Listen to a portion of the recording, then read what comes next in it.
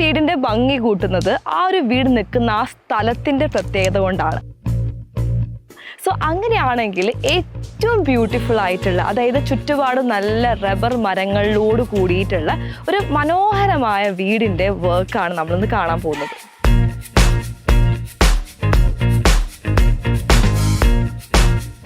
തിരുവമ്പാടിയിലുള്ള UK സെറ്റിൽ ആയിട്ടുള്ള baby Kuruvila Lincy ദമ്പതികളുടെ വീടാണിത്. ഈ വീടിന്റെ വിശേഷം നമുക്ക് കൂടുതലായിട്ട് കാണാം. നമ്മൾ കയറുമ്പോൾ തന്നെ ഒറിജിനൽ ടീക്ക് വുഡിന്റെ വിൻഡോസ് ആൻഡ് ഡോറാണ് അവിടെ കൊടുത്തിരിക്കുന്നത്. അതേപോലെ നമ്മൾ കയറി ചെല്ലുന്നത് അവരുടെ സ്പേഷ്യസ് ആയിട്ടുള്ള ലിവിങ് റൂമിലേക്കാണ്. ഈ ഒരു വീടിന്റെ ഏറ്റവും വലിയ പ്രത്യേകത എന്ന് പറഞ്ഞിട്ടുണ്ടെങ്കിൽ ഇത് ഒരു നില വീടാണ്. ഈ ഒരു നില വീടിന്റെ എല്ലാ തരത്തിലുള്ള ഭംഗിയും ഉൾക്കൊണ്ടുണ്ടാക്കിയ ഈ വീടിന് ഏകദേശം 2800 സ്ക്വയർ ഫീറ്റ് ആണ് total area.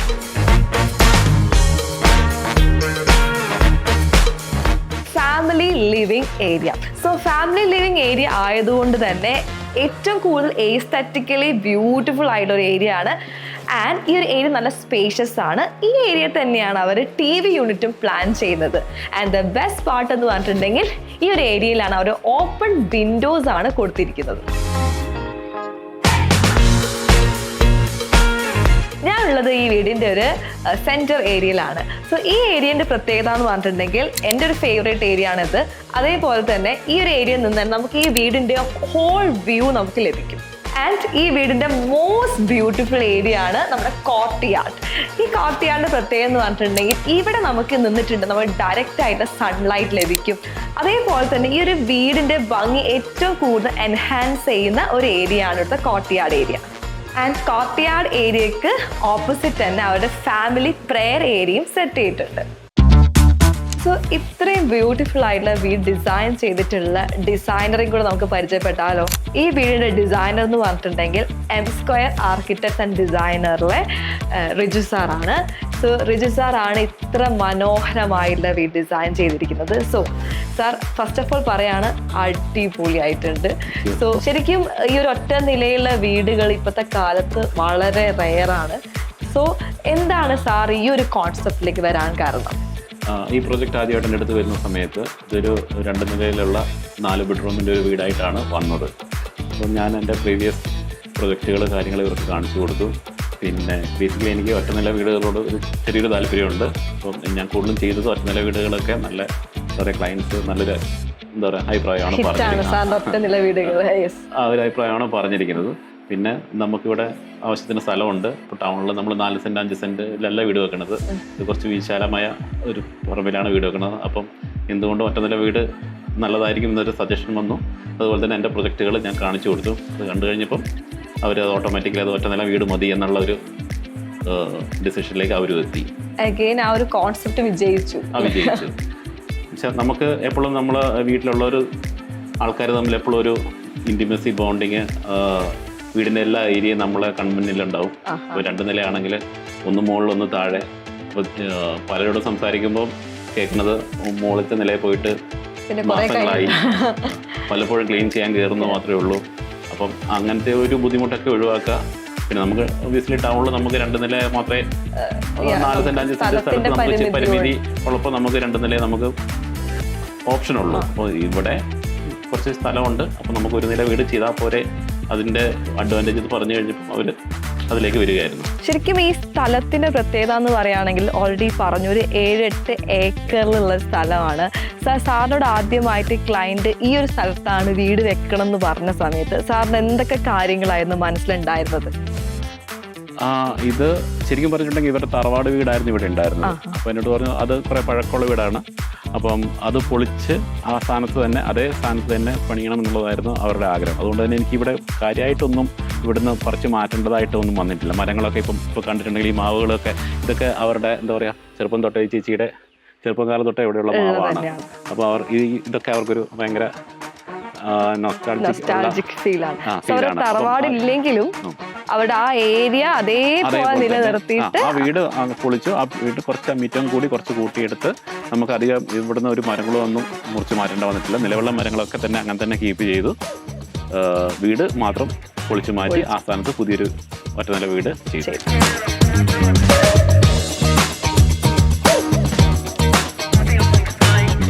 Wash basin area ഭയങ്കര സിമ്പിൾ ആണ് ആൻഡ് മിനിമൽ ഡിസൈൻ ആയതുകൊണ്ട് തന്നെ ജാഗോറിന്റെ വാഷ് ബേസിനാണ് കൊടുത്തിരിക്കുന്നത്. ആൻഡ് നമുക്ക് ഈ സ്ലാബ് എന്ന് പറഞ്ഞിട്ടുള്ള ഐബിസിന്റെ സ്ലാബാണ്. ആൻഡ് ഓൾസോ ഇവിടെ കൊടുത്തിരിക്കുന്ന പില്ലർ കോക്ക് എന്ന് പറഞ്ഞിട്ടുണ്ടെങ്കിൽ ജാഗോറിന്റെ ലക്ഷറി സീരീസ് ആയ ലെഗുണേന്റെ ആണ്. ഈ വീടിന് ടോട്ടൽ 3 ബെഡ്റൂംസ് ആണുള്ളത്. നമ്മൾ കാണാൻ പോകുന്ന ഈ വീടിന്റെ മാസ്റ്റർ ബെഡ്റൂമാണ്. സോ മാസ്റ്റർ ബെഡ്റൂം ആയതുകൊണ്ട് തന്നെ നല്ല സ്പേഷ്യസ് ആയിട്ടൊരു ബെഡ്റൂമാണ് നമുക്കിവിടെ കാണാൻ വേണ്ടി സാധിക്കുന്നത്. ആൻഡ് ഈ വീടിൻ്റെ എല്ലാ ഏരിയയും ഒരു വൈറ്റ് ആണ് തീം എന്ന് പറയുന്നത്. പക്ഷെ നമ്മുടെ ലിവിങ് ഏരിയ, ഡൈനിങ് ഏരിയ ഒക്കെ ഒരു ഐവറി ഷെയ്ഡും കൂടെ ഇൻക്ലൂഡ് ചെയ്തിട്ടുണ്ട്. പക്ഷെ ബെഡ്റൂംസിലേക്ക് വരുന്ന സമയത്ത് പ്യുവർ വൈറ്റിലാണ് എല്ലാ കാര്യവും ഡിസൈൻ ചെയ്തിരിക്കുന്നത്. വാൾ ആവട്ടെ ശരിക്കൊരു പ്യുവർ വൈറ്റ് ആയതുകൊണ്ട് തന്നെ നമുക്ക് ഈ ബെഡ്റൂം ഭയങ്കര പീസാണ് ഫീൽ ചെയ്യുന്നത്. ആൻഡ് ഓൾസോ ഇവിടുത്തെ ക്ലൈൻറ്റ് എന്ന് പറയുന്നത് അവർ യൂറോപ്യൻ സെറ്റിൽഡ് ആണ്. സോ ഒരു യൂറോപ്യൻ സ്റ്റൈൽ ഇൻസ്പയർ ആയിട്ടുള്ള ഡിസൈനാണ് നമുക്കിവിടെ കാണാൻ വേണ്ടിയിട്ട് സാധിക്കുന്നത്. സോ ഈ ബെഡ്റൂമിൻ്റെ തൊട്ടടുത്ത് തന്നെയായി നല്ല സ്പേഷ്യസ് ആയിട്ടുള്ള ഓപ്പൺ വിൻഡോസ് ഉണ്ട്. ആൻഡ് ഓൾസോ ഈ ബെഡ്റൂമിൻ്റെ റൈറ്റ് സൈഡിലാണ് അവരുടെ ഒരു വാർഡ്രോബ് ഏരിയ. വളരെ മിനിമൽ ആയിട്ട് പക്ഷെ ഒരുപാട് സ്പേഷ്യസ് ആയിട്ടുള്ള വാർഡ്രോബ് ഏരിയ ഉണ്ട്. ആൻഡ് ഒരു നമ്മുടെ ഫുൾ ബോഡി കാണാൻ പറ്റുന്ന തരത്തിലുള്ള ഒരു മിറർ. ആൻഡ് ഓൾസോ നമുക്കിവിടെ വളരെ സ്പേഷ്യസ് ആയിട്ടുള്ള ഒരു ബാത്റൂം സ്പേസും ഒരുക്കിയിട്ടുണ്ട്.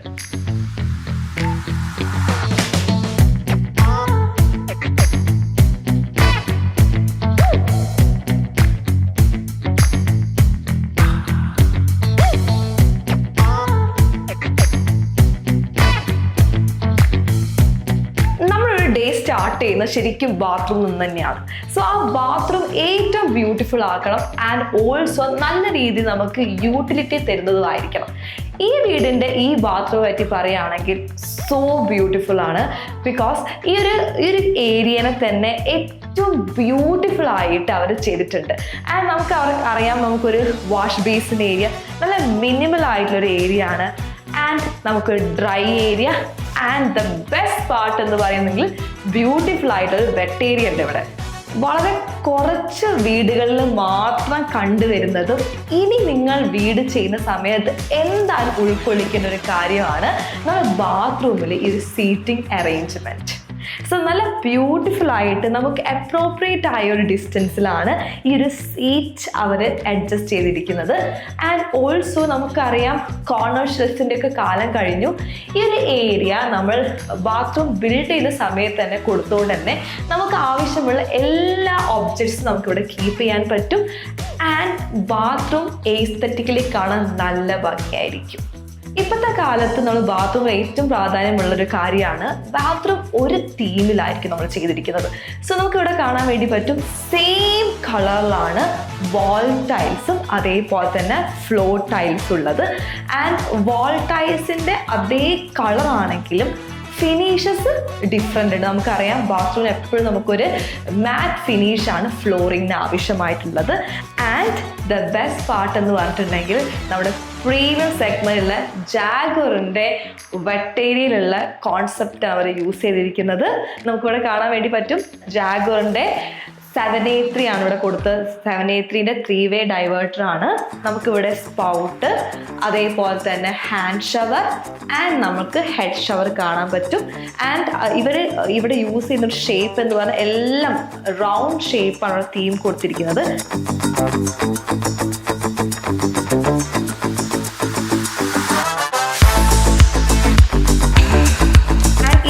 മറ്റൊരു പ്രത്യേകതയാണ് നല്ല വൈറ്റ് ആയിട്ടുള്ള ഓപ്പൺ കിച്ചൺ.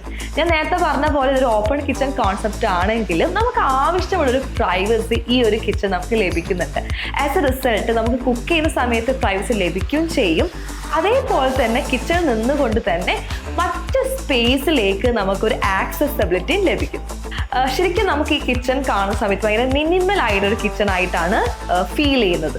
പക്ഷെ ആക്ച്വലി ഈ കിച്ചൺ മിനിമൽ ലുക്കും അതേപോലെ തന്നെ നമുക്ക് എന്താണ് ഒരു കിച്ചണിന് ആവശ്യം ആ എല്ലാ ഫെസിലിറ്റിയും വളരെ ബ്യൂട്ടിഫുൾ ആയിട്ട് ഡിസൈൻ ചെയ്തൊരു ഏരിയ ആണ് ഈ കിച്ചൺ ഏരിയ. സാധാരണ ഈ കിച്ചൺ ഏരിയ ചെയ്യുന്ന സമയത്തായി ക്ലയൻറ്റ് ഏറ്റവും കൂടുതൽ ഇൻവോൾവ് ചെയ്യുന്നത്. സോ ഈ കിച്ചൺ ഏരിയ സെറ്റ് ചെയ്യുന്ന സമയത്ത് ക്ലയൻറ്റ്സ് എന്തൊക്കെയാണ് ഡിമാൻഡ്സ് വെച്ചിരുന്നത്? ഈ പറഞ്ഞ പോലെ കിച്ചണിലായിരുന്നു ഇവർ ഏറ്റവും കൂടുതൽ എന്താ പറയുക ടെൻഷൻ അടിച്ച ഒരു പോയിന്റ്. കാരണം അവരെനിക്ക് UK എന്താ പറയുക കിച്ചണും അവരുടെ ഫോട്ടോസും അവിടെ ചെയ്യുന്ന ഫിനിഷ് എല്ലാ സാധനങ്ങളും എനിക്ക് വാട്സാപ്പിൽ അയച്ചു തരും. ഇതുപോലെ ആവുമോ, ഹാൻഡിൽ വേണ്ട, നമുക്കൊരു സ്റ്റീൽ ഇപ്പം ചെയ്യുന്ന എല്ലാ കിച്ചണും പ്രൊഫൈൽ ഹാൻഡിൽ അങ്ങനത്തെ വില കൂടിയ ഹാൻഡിലൊക്കെയാണ് ചെയ്യാറുള്ളത്. അപ്പം അങ്ങനെ വേണ്ട, ഒരു പ്ലെയിൻ ലുക്ക് ആയിരിക്കണം എന്നുള്ളതായിരുന്നു ഫസ്റ്റ് ഡിമാൻഡ്. അപ്പോൾ നമ്മളിപ്പോൾ ഹാൻഡിൽ ഫ്രീ ചെയ്യണമെങ്കിൽ നമ്മളിപ്പം ഏത് കമ്പനിയിലാണെങ്കിലും വെപ്പോ അല്ലെങ്കിൽ ഹിറ്റിച്ച് ഏത് ബ്രാൻഡിനെ ആണെങ്കിലും ഒരു ജി പ്രൊഫൈൽ ഹാൻഡിൽ അല്ലെങ്കിൽ അങ്ങനത്തെ വില കൂടിയ സാധനങ്ങളാണ് നമുക്ക് വെക്കുക. അപ്പോൾ നമ്മളിപ്പോൾ ഇവിടെ ചെയ്തിരിക്കുന്ന ഹാൻഡിൽ ഫ്രീ ആയിട്ടാണ് എല്ലാം ചെയ്തിരിക്കുന്നത്.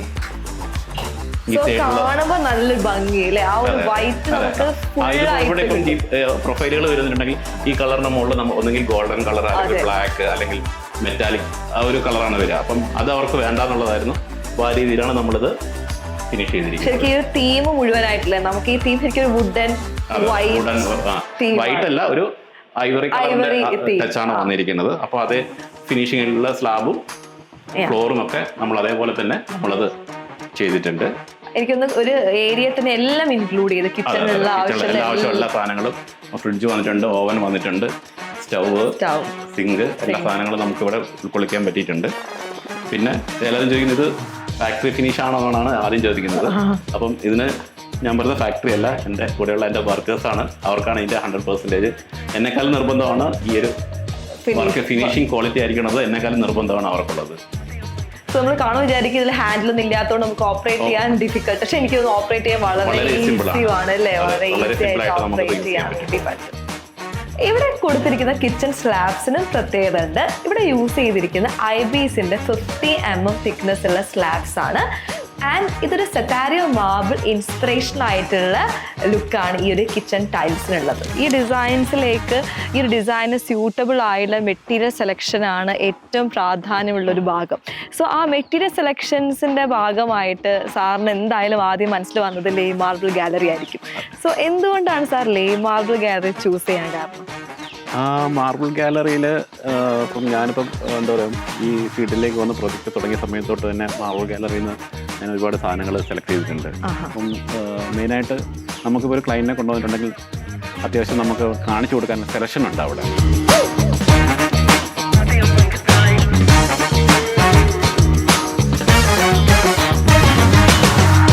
ഈ വീട് നമ്മൾ കണ്ടു, ഈ വീടിൻ്റെ ഓണറേയും കൂടെ നമുക്കൊന്ന് പരിചയപ്പെട്ടാലോ?